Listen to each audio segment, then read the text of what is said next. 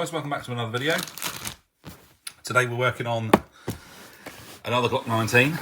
You guys are going to be sick of these before long. We're working on the 3rd gen. This is my one that I did my lightweight build on.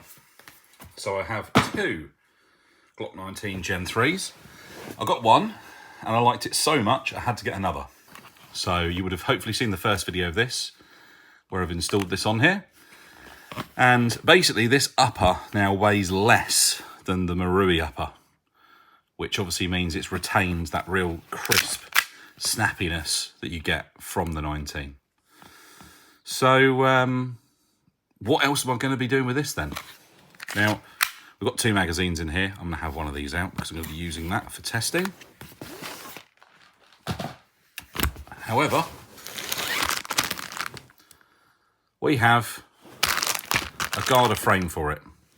So what I'm going to be doing is installing the garter frame onto this so we get a FDE 19. Because as much as I quite like the bronze and black, I'm going to be have got a 2-tone 19 already.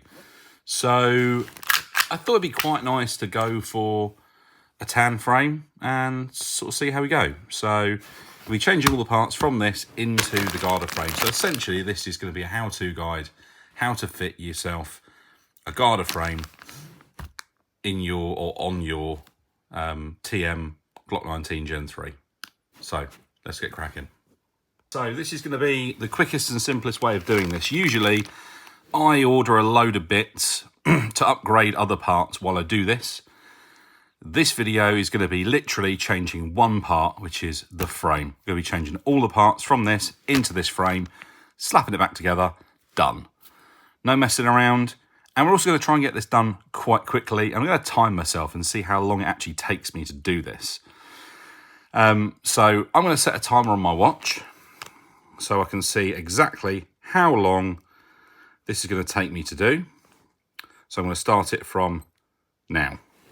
So, first of all, we want to get this apart. So, let's take the slide off, put that over one side.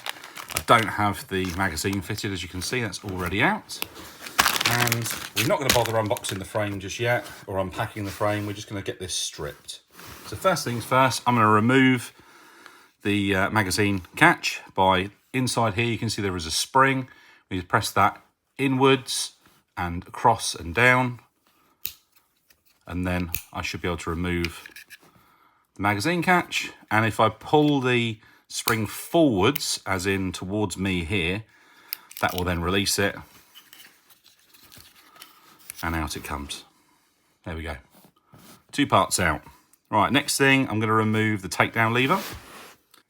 Now again, I'm not looking for, trying to prove I can do this really fast. But just to give you guys an idea as to what is going to be involved, because a lot of my videos are in a few sort of different pieces where I sort of splice them together, mainly so the video's not as long. But I want to do this so you can get an idea as to how long it's going to take you to install the garter frame if you do fancy changing frames.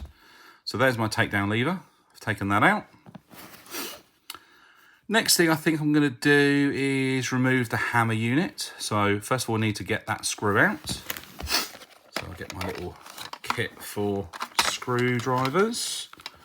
Let's see what size that is. I think the largest size is bob on.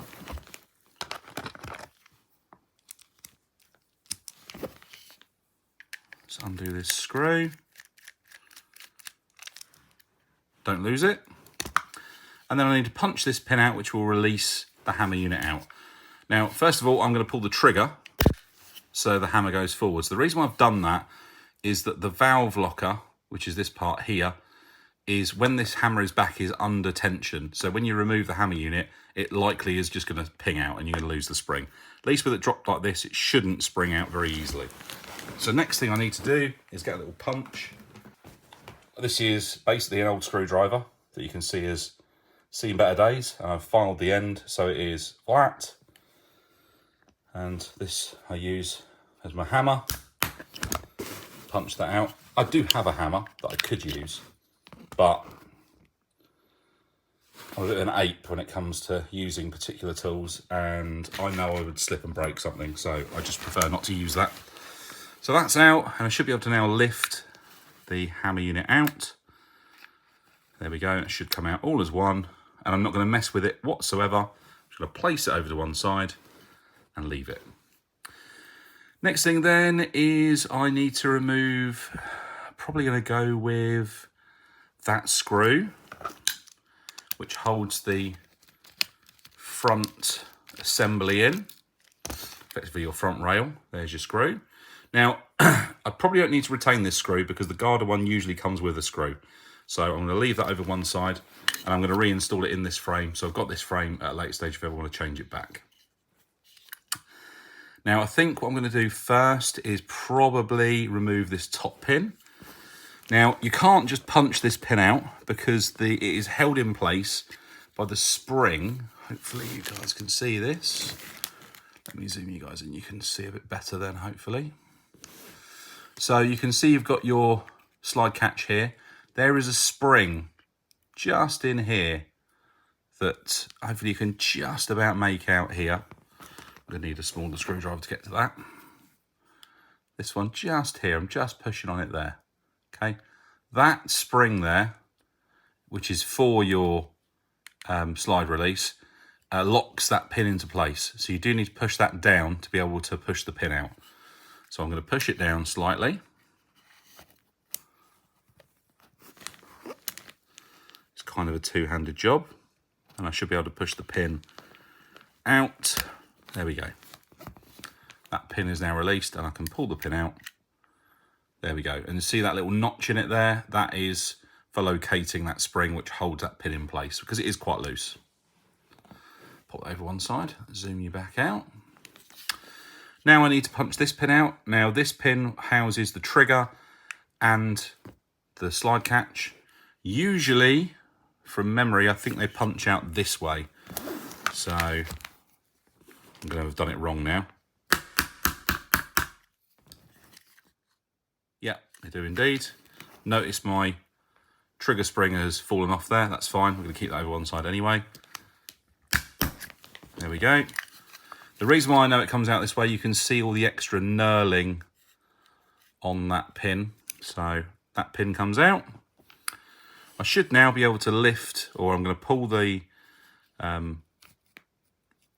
slide catch out, keeping the spring in place. I should now be able to lift this assembly out. There we go. Trigger comes out with the trigger bar attached. And then my safety. Other than that, that is your empty frame. Now, it does actually feel quite rear heavy here because TM do fit a weight in the back, which is this little lug in here. So I'm not going to mess with it because, well, I don't need to. But usually it'll be like some bit of metal in there or something to try and do it. I think you can actually push it out, looking in the top in here. Get a screwdriver in there and probably push it out, but oh well, doesn't matter. But there is our frame. Now, I believe the rear screw for the hammer unit is different on the Garda one, so I don't need that. So I'm going to reinstall the screw in here. A good tip for making sure you don't lose these things is to reinstall them where they came from. So that screw is back in there. I'm going to reinstall the front screw. So there we go, that's back in there. So that is our old TM frame done. Let's get a new one out then. So here is our Garda frame. Now, when you open this, be careful. There is a little baggie attached to the inside, which has, get the staple out of the way before I sit on it, 2 screws in it. And one is the screw for the hammer unit, one is the screw for the main front assembly. Sometimes they also have pins in there. This one doesn't come with any pins. I think it's only the 17s come with different pins because some of them don't have the extra hole at the top here, whereas the Garda one does. So the stock one doesn't have that. Now I've got this nice sticker here. Why would they put this sticker here, I wonder? That's a very strange, unusual place to put a sticker. Wow, would you look at that? Yeah, they put these stickers in unique places to try and cover this stuff up. We've obviously got the Glock markings on there. Lovely. Right, so you can see in here the difference is, you can see we have a serial number here. Whether or not these serial numbers are the same or not, I don't know. I believe it's something to do with the real steel. I think they have a serial number in the frame here. So this is just them replicating the real steel. But I could be wrong. I have handled a real steel Glock before, but I've never gone into such detail to be looking at stuff like that before, so I couldn't tell you 100%. I'm sure someone in the comments will let me know. But differences between these two frames. This one, hopefully you can hear that, it's plastic. You know, it flexes a bit, so it is quite cheap. This one is really tough. I can't squeeze that whatsoever. So it's like that glass reinforced plastic, GRP. So yeah, whether it's firearms grade or not, I don't know, but it is really, really strong. So anyway, let's get this installed. At the moment we are 9 minutes 44 in. 10 minutes, we've got the thing stripped down. Right, so first things first, then we need to install our safety catch. Now, usually I replace these and put the little tag in, but I'm just going, you know, basic on this build. It's nothing fancy. This is what someone might do who just wants to have a good usable pistol, not interested in all the fancy stuff. So next thing I need to do is drop the trigger in place and trigger bar, and then install the front assembly. So that just drops in place. So that's all in, and make sure you just sort of push that down into place and align it, because they do sometimes like pop out a little bit. Now I could go installing the front screw now, and that probably would be a good shout, but I probably want to do the pins first. That'll probably be a bit easier. So first of all, I'm going to install the main pin. So I'm going to slide that in and try and get it lined up with the trigger, which is usually easier said than done. There we go. Now I didn't want to push it all the way through because I do still need to install my slide catch and associated spring. So there's the slide catch, and you see I've kept the spring where it needs to be. I'm going to slide that in alongside the trigger. Might need to push the trigger over slightly to get it to go in place. It's a little odd. Not quite sure why that's not going in. It should do.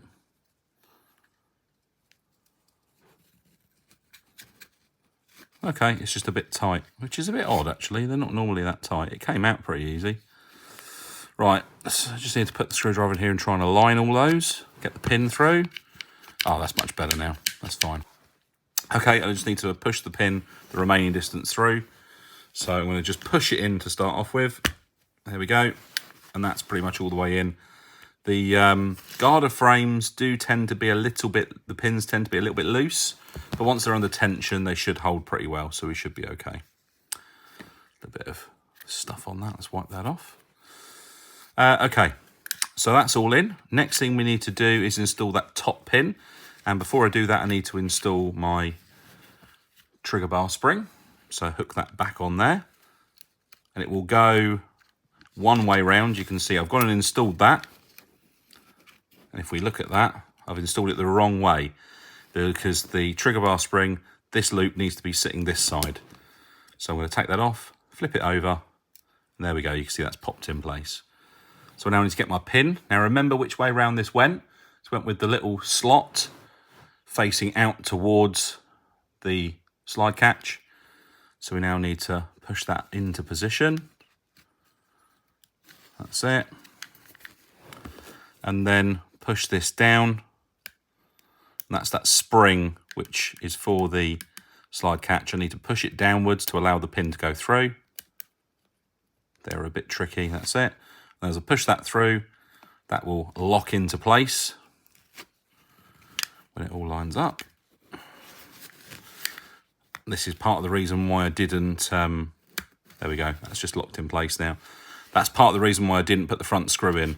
Because if you put the front screw in, what you'll find is it will pull it into its ideal position, which might not be the right position for these pins. So now I'm going to install the front screw. So I'll get it out of the little bag.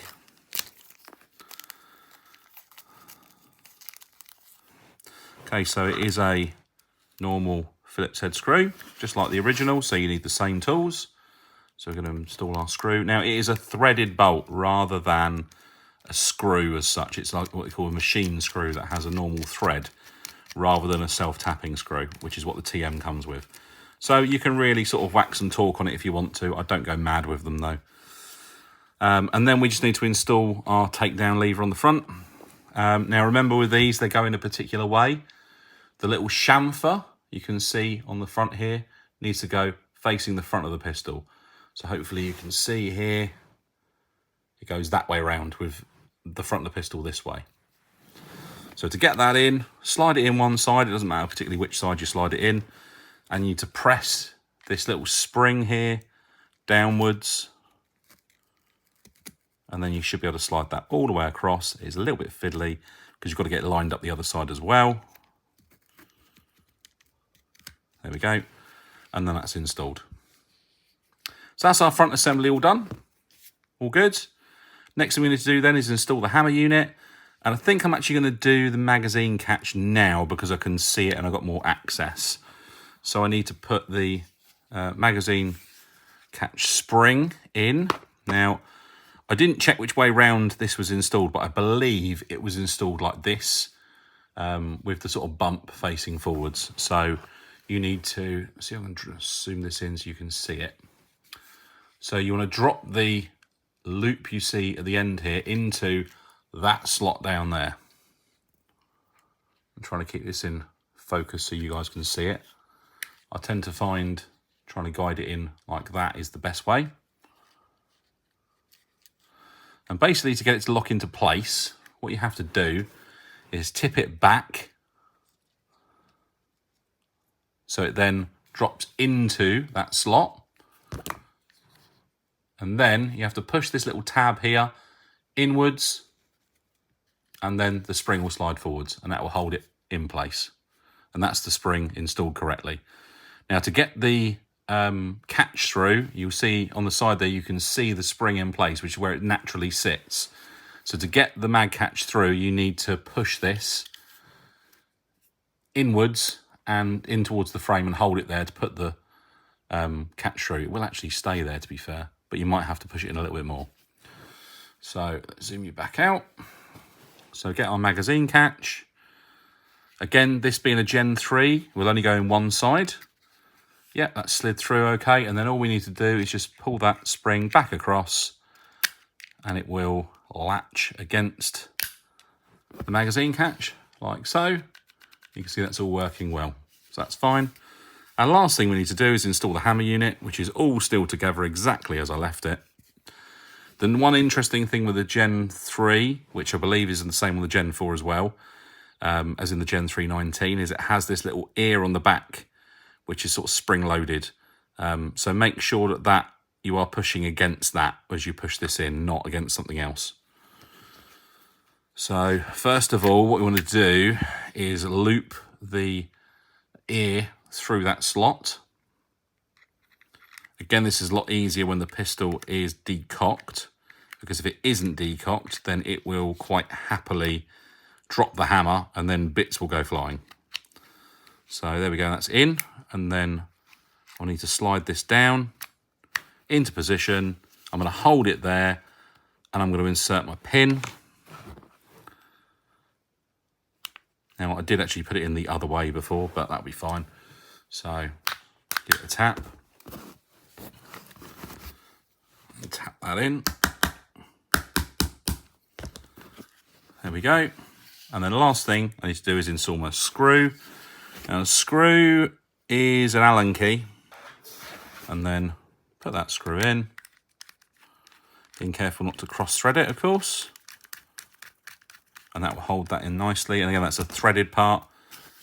So I can now cock the hammer, and I should be ready to install my upper. There we go. So that is our FDE Glock 19. Let's check time, shall we? I've just stopped it there. 19:22. So 20 minutes. So there you go. That is your 20-minute guide to replacing your frame on your Gen 3. Obviously, to check functionality. All seems good. Let's check it with a magazine. I've got a little widget in the front here to let it dry fire, which is low on gas actually. Let's just hold the catch up, make sure it locks. Yeah, we're out of gas. Let's gas it up quickly, just check it's still good. Okay. Perfect. Lovely. There we go. So there is our Gen 3 Garda frame install for you guys, using all the stock TM parts. The only things that are Garda are the extra screws that come with the frame. As you can see, this new Garda stuff doesn't really require a lot of fettling. It will literally go straight together. They've really upped their game recently. And that is now Garda slide with the Garda frame. Everything else stock TM. That's also running the stock TM plastic outer barrel as well. So there we go, guys. There is our Gen 3 wearing full Garda externals.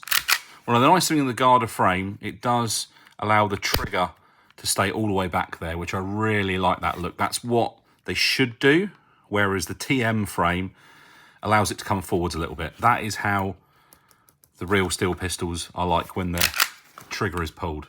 It stays all the way back like that, which is how it should be. And that's why I love the Garda frames for that. They're really good at the detail. So there we go, guys. Any questions about the install of this, fire away in the comments. Again, this is just another quick video. If you guys would like to see more of this kind of stuff, which I guess is a bit more easy for beginners to do that don't really know what they're doing, you've got a step-by-step guide there as how to do it. I've whizzed through it really quickly because I've done this a million times, but if you've not done one before and you don't know what you're doing, this is your guide to doing it. Anyway, guys, please leave me a comment. Anything you'd like to see me do in future with maybe this or a different pistol. I've got a few more videos in the pipeline. I've got quite a few videos sitting there waiting that I need to edit as well. Some stuff with this, some stuff with other pistols. So bear with me. And I will see you guys in the next one.